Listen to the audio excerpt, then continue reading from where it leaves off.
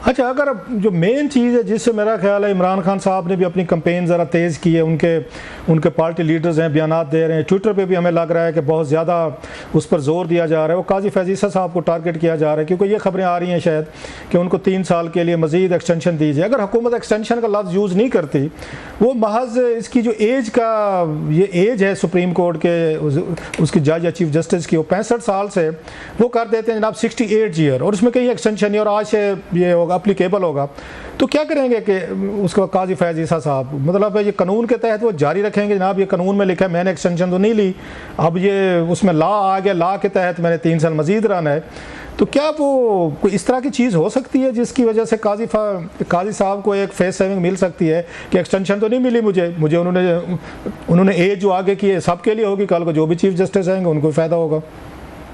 देखिए, फैज़ ईसा साहब ने आज तक कहीं भी कैटेगोरिकली ये नहीं कहा कि वो इतनी बातें करते हैं, वो आराम से क्लियर भी कर सकते हैं। ठीक है, वो दलील बिल्कुल जजेस की अपनी जगह ठीक है कि जी जजेस हर बात का जवाब नहीं देते, लेकिन मेरा ख्याल है जिस बात से बहुत ज्यादा कंट्रोवर्सी जन्म ले रही हो उसमें जजेस बात कर भी दें तो बेहतर ही होता है। तारक साहब ने कहा कि जी मैंने बात पूछी थी चीफ जस्टिस साहब से, उन्होंने कहा कि मैं 3 साल वाली एक्सटेंशन या वो टेनर में नहीं इंटरेस्टेड, मैं नहीं लूंगा।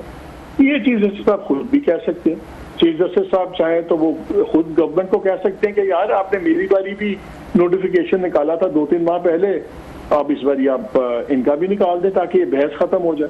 देखिए, जो नोटिफिकेशन नहीं निकल रहा और ये बात चल रही है, उसकी वजह से जो भी कानून साजी हो रही है या चेंजेस हो रही हैं उन पर बहुत ज्यादा बहस हो रही है, सवालिया निशान उठ रहे हैं, ये जजेस की जो तादाद बढ़ाने की बात हो रही है।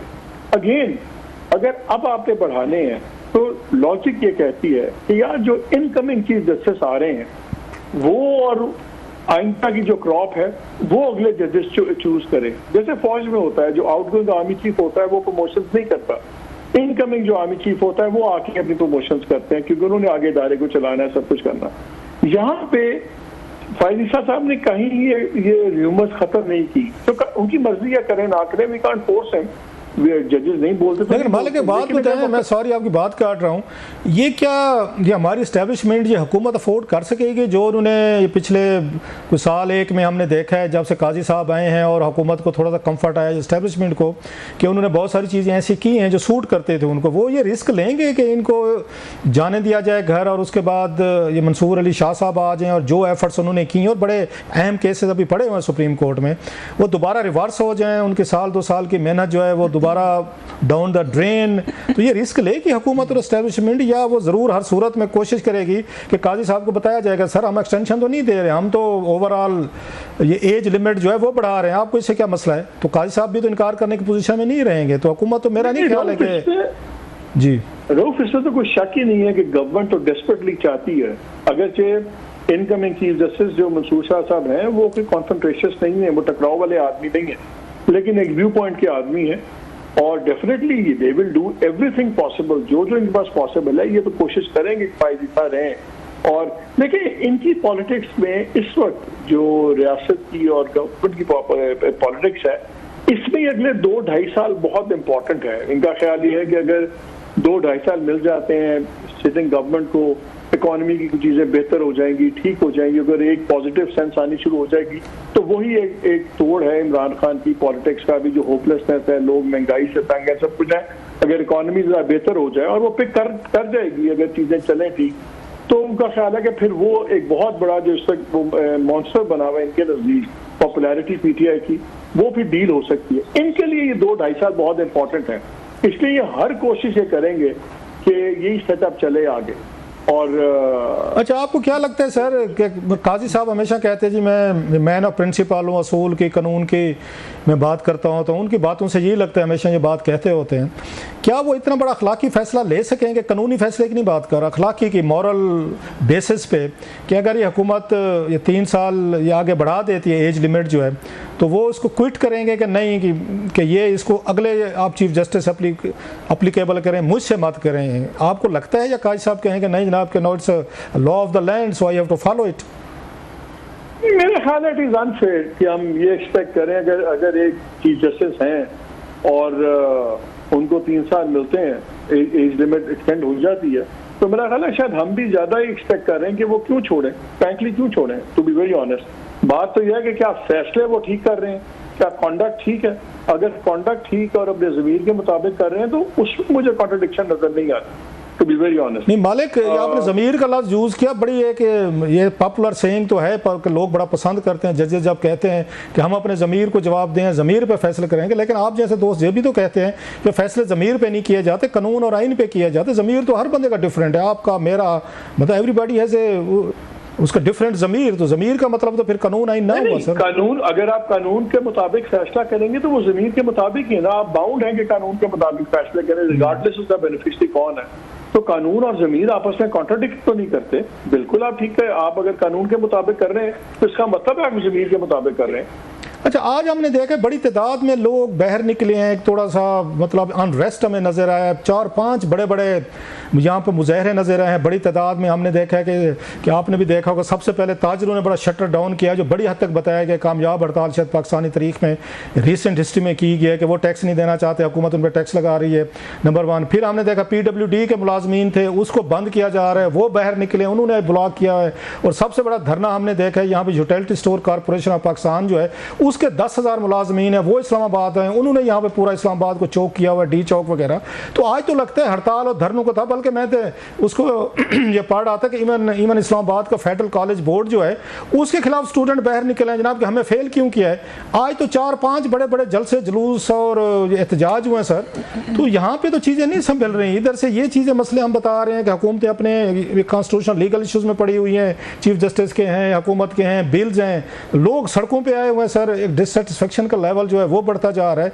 तो ये कैसे देखते हैं सर, मतलब अनार्की खुदा ना खास इनको सांस लेना पड़ेगा, इनको सांस लेना पड़ेगा। बाद आपने 25 करोड़ का सोचना है कि 12,000 का सोचना है। पहले आप PIA के 12,000 मुलाजिम को लेके बैठे हुए थे, 100 अरब से ज्यादा आपको नुकसान आपने ठोक दिया।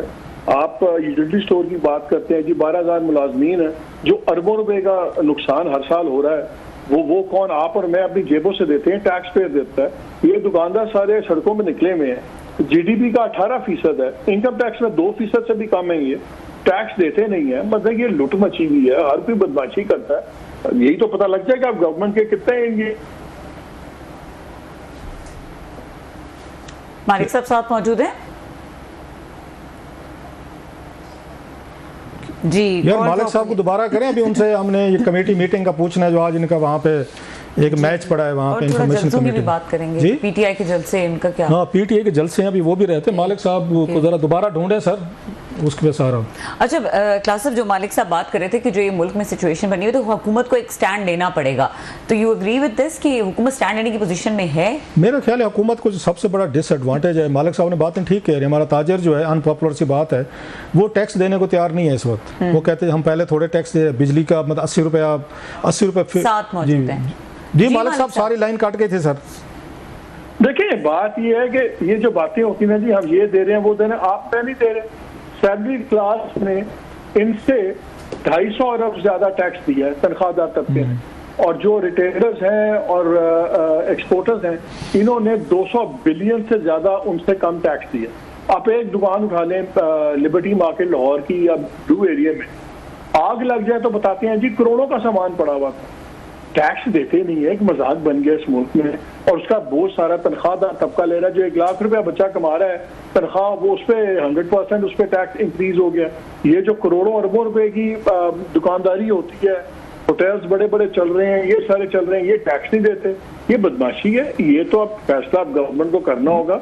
मालिक साहब आप बिल्कुल ठीक कह रहे हैं। हम आप और हमारे जैसे लोग जो जितने भी हम यहाँ पे मौजूद हैं, सारे हम सैलरीड क्लास हैं, सारा बोझ हम पे है।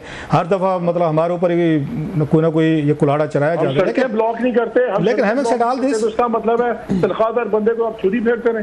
नहीं, बिल्कुल ठीक कह रहे हैं आप। लेकिन जब वो ये देखते हैं, मिफ्ता इस्माइल साहब की बात सुनते हैं, शायद खकान अब्बासी साहब की बात सुनते हैं कि मिफ्ता इस्माइल साहब ने कहा कि 550 बिलियन रुपीज़ तकरीबन 4 असेंबलियाँ वगैरह और MNA सेनेटर्स मिला के डेवलपमेंट फंड पर इनको दिए जाते हैं। 500-600 अरब रुपया जो इनके लिए रखा जाता है इन्हीं टैक्सेस से इकट्ठा करके, और उस पर शायद खकान अब्बासी साहब ये कहें कि जनाब 30% जो है ये इसमें रिश्वत और किक बैक्स में जाते हैं। 150-2 अरब रुपया तो वो कहते हैं रिश्वत और किक बैक्स में हमारे नुमाइंदों की जेबों में जा रहा है। जब लोग ये सुनते हैं तो लोगों का तो शटर होते हैं कि हमारा पैसा जा किधर रहा है। मेरा बड़ा सिंपल एक लॉजिक है, जो टैक्स नहीं देता ना उसको हक ही नहीं है कि वो फाइनेंस के मामले में बात करे। बिल्कुल ठीक। जिस पे टैक्स लागू होता है और वो नहीं देता, वो किस मुंह से बात करता है? पहले अपना टैक्स तो देना, फिर पूछे कि मेरे टैक्स के पैसे से क्या हो रहा है। ये सारी बीएस है, ये सारा बुलशिट करते हैं।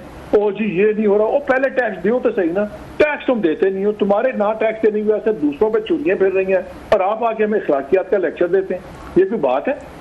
अच्छा क्या बात है कि जी वैसे आपका हक है, आप और मेरा हक है, हम पूछ सकते हैं कि जी ये वेस्टेज मैं टैक्स दे रहा हूँ, आप टैक्स दे रहे हैं। जो टैक्स चोर है वो किस मुंह से, किस लॉजिक से उसकी वो बात करेगा कि जी मैं वो किस उसका हक क्या पूछने का? लेकिन ये देखें, चलो ये बात आपकी ठीक है, लेकिन टैक्स की आपने बात की है।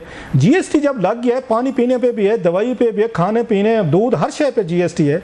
इनडायरेक्ट टैक्स तो तकरीबन हर बंदा दे रहा है सर। क्यों है आपके इंडायरेक्ट टैक्सेस की रेशियो क्यों है? बिकॉज आपके डायरेक्ट टैक्सेस की आपकी बेस नहीं बढ़ी। जब आपके डायरेक्ट टैक्सेस आए होंगे तभी आपकी इंडायरेक्ट टैक्सेस से जान छूटेगी। आप इंग्लैंड में जाते हैं, आप अमेरिका में जाते हैं, वही जो अंडे की कीमत थी 5 साल पहले भी अंडा उतने का था, आज भी उतने का। 1 लीटर दूध 10 साल पहले भी उतने का था, आज भी है डबल रोटी उतने की। क्यों है? बिकॉज इनकम टैक्स लोग दे रहे हैं, टैक्सेस डायरेक्ट टैक्सेस आ रहे हैं।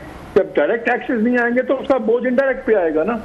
ये जो दुकानदार और ये लोग पैसे नहीं दे रहे, इसका बोझ लोग समझते हैं शायद ये नहीं दे रहे, तो खैर पता नहीं कौन दे रहा है। और भाई आप ही दे रहे हैं इंडायरेक्ट पे फॉर्म में। ये जो टैक्स नहीं देते, ये इंडायरेक्ट टैक्सेस हम इनके टैक्स दे रहे हैं। हम क्यों दें भाई? आम आदमी क्यों दे? Very true sir. अच्छा, इस पे हम बात करते रहेंगे। जरा थोड़ा जलसे पे आ जाए सर। इमरान खान साहब का जलसा जिस तरह उन्होंने कैंसिल किया, अब वो कह रहे हैं हमने लाहौर में करना है 8 सितंबर का। आपको लग रहा है जलसा होते हुए या एक और बहुत बड़ा टकराव होने वाला है कि वो खान साहब ने कहा कि आपकी दफा मैं भी मना करूं तो आप लोगों ने मना नहीं होना? इसका मतलब है आपकी दफा तो जरा। मैं तो गवर्नमेंट के लोगों से एक सवाल करता हूँ, अगर आपका ख्याल है कि उनके पास ताकत नहीं है तो उनका ब्लफ कॉल कर लेने दे जलसा। और अगर जलसा होता है और बहुत बड़ा होता है तो क्या कौन सी क़यामत आ जाएगी यार? अगर आपको फिक्र है कि जी कोई तहरीक बनेगी, तहरीक तो भी हमें नजर नहीं आती गर्म होते हुए। Let them. हमने इसमें 8 फरवरी को भी तो वोट पड़ गया था ना, क्या कर लिया था?